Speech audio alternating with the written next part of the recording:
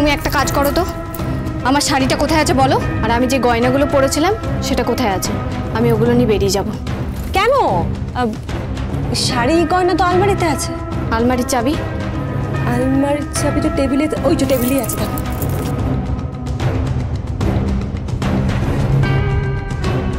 এই, তুমি আমার আলমারিতে হাত দেবে না। কি হচ্ছে এটা? কি হচ্ছে এটা? কি ছাড়ুন, কি হচ্ছে কি?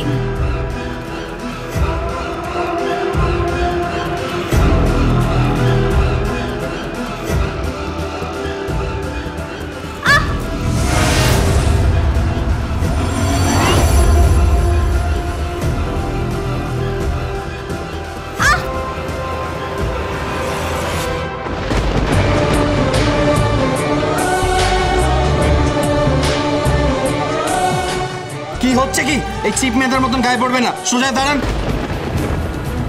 চিপ মেয়ে আমি নই, চিপ আপনি।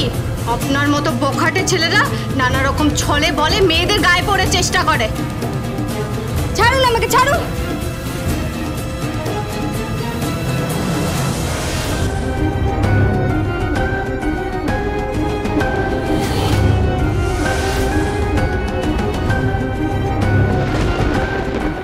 এটা কি হচ্ছে কি? What is this? My cheap মেয়েটা ইচ্ছা করে কেমন যেন ঢলে ঢলে পড়ছে।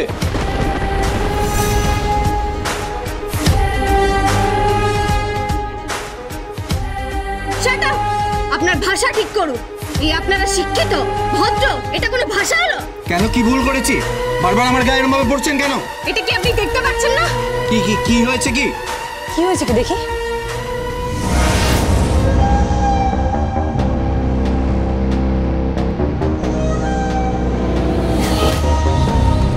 নায়রা, কি হয়েছে কি?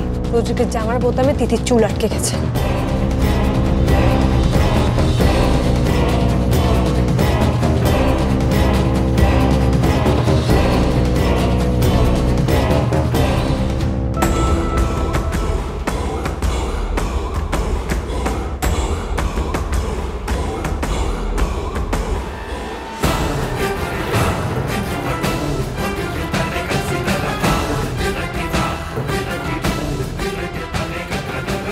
অসভ্য ছেলে কোথাকার। ছাড়ো তো, তোমার মতন মেয়ে অনেক দেখা আছে।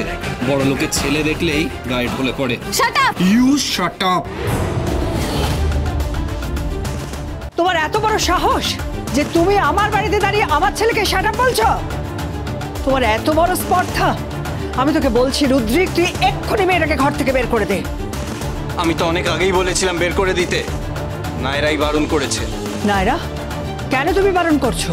আন্টি প্লিজ আমার কথা শুনুন, ঝগড়া করতে হবে না। রুদ্রিক চুপ কর, তিথি চুপ কর। না, আমি চুপ করবো না। চুপ একদম। হাতে এক চর্ম না। কি কি মনে করো তুমি নিজেকে? আজকে নন্দন ব্যানার্জি পুরো পরিবারের সাথে লড়ছে শুধুমাত্র তোমার জন্য। উনি তোমার মার কথা ভেবেছেন। উনি এটা মনে করেন তোমার বিয়ে ভেঙেছে শুধুমাত্র ওনার ছেলের জন্য। উনি এটা মনে করেন তোমার বিয়েতে তোমার হবু স্বামীর গায়ে গুলি লেগেছে ওনার ছেলের জন্য।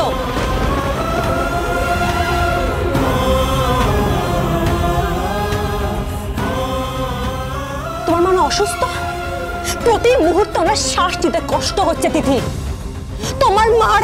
তোমার মার কথা ভেবে উনি এত বড় একটা মিথ্যে কথা বলেছেন যে তোমার সাথে ওনার ছেলের বিয়ে হয়েছে শুধুমাত্র ওনার ছেলের করা অন্যায় প্রায়শ্চিত্ত করার জন্য।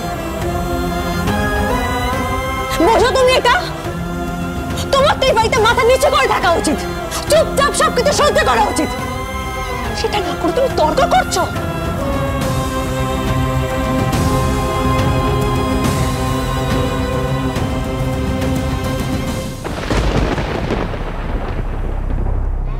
সরি দিদি, কোথায় যাচ্ছে আমাদের জেনারেশনটা? ধৈর্য ধরতে পারছো না কেন তুমি? এটুকু সহ্য করতে পারছো না? এটুকু সহ্য করার ক্ষমতা নেই তোমার? তর্ক করছে মুখে মুখে।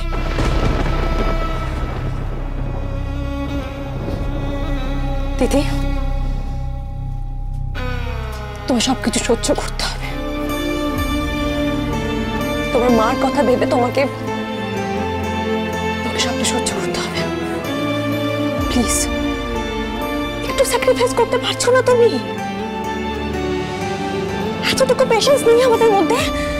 হ্যাঁ,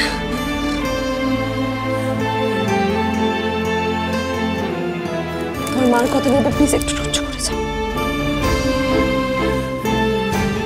রুদ্রিক তৈরি হয়ে যা। রুদ্রিক রেডি হবে না।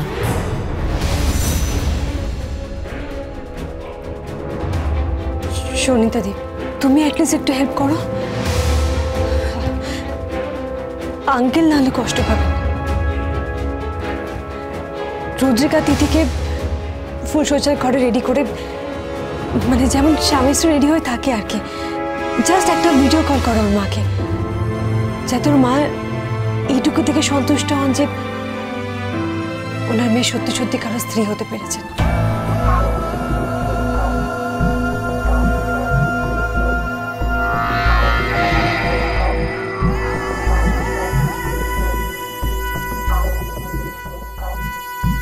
আর তুই সেটা সহ্য করতে পারবি? পারবি? কষ্ট হচ্ছে না তোর?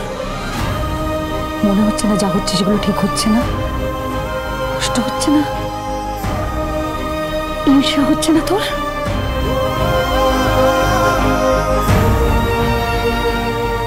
ঈর্ষা? ঈর্ষা কেন হবে? রুদ্রিক তো আমারই, তাই না? রুদ্রিক তো না।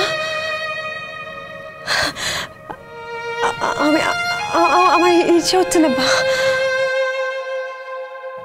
এখন যা হচ্ছে সবটা অভিনয়, তাই না?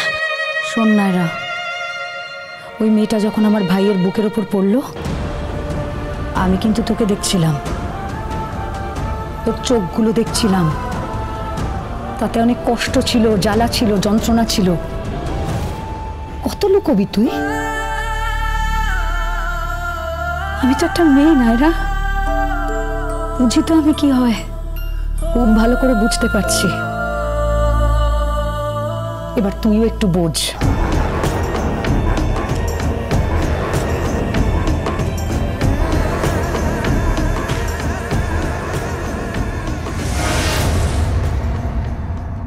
বাবা, নায়রাকে দেখে খুব ভালো লাগছে না?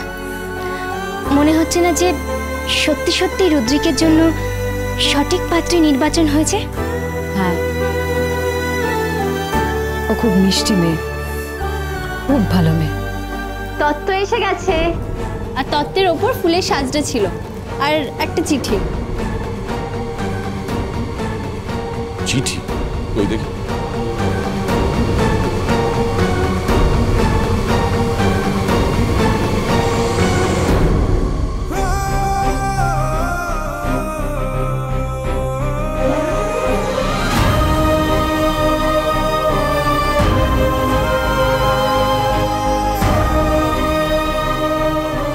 কি হয়েছে ড্যাড? তোমার তোমার চোখ ছলছল করছে কেন? কি লেখা আছে এতে?